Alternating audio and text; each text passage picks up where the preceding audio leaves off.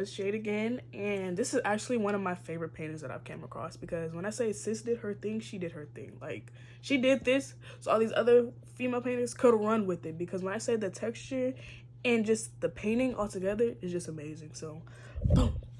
This is the lovely self-portrait in a straw hat, but Elizabeth Louise Vigée Lebrun version. But I'm sorry, we're just gonna interrupt. Look at this. Like, look, you could just, I feel like you could just feel the texture of this just by her painting. And like, that's that, you know, type of cloth, that's that itchy cloth. But just look at the feathers. Look at this. Look at her hair. She did this. She did it. So let's get into the facts.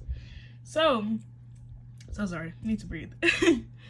The portrait itself was actually done in the city of Paris in 1783, and it was first like discovered at the Salon of the Académie Royale.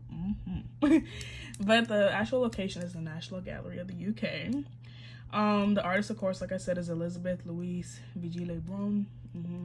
Got a little accent with it. And her nationality is French. The medium on this painting is oil on canvas, which was most of my paintings. The period was during the 18th century, during like the Revolution or whatever. And the relevance, there's really no historical relevance behind this painting. Like, I literally looked up and down. There's no historical relevance. Like, sis just wants to do a self-portrait of herself.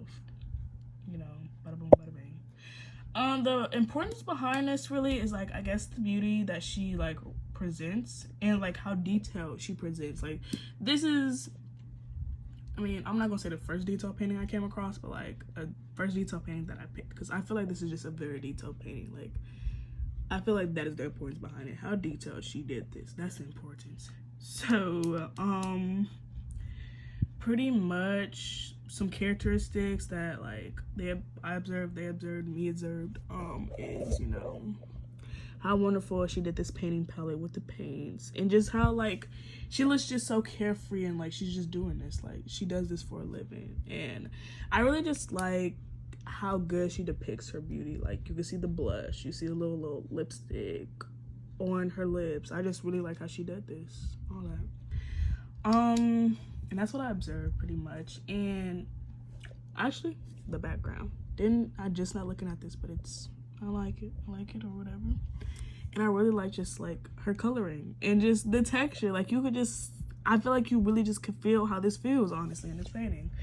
But some contributions that she did is she developed into one of the most like leading artists in all of Europe, because like her dad was trying to be an artist, but he failed drastically. So sis made a comeback in her family name.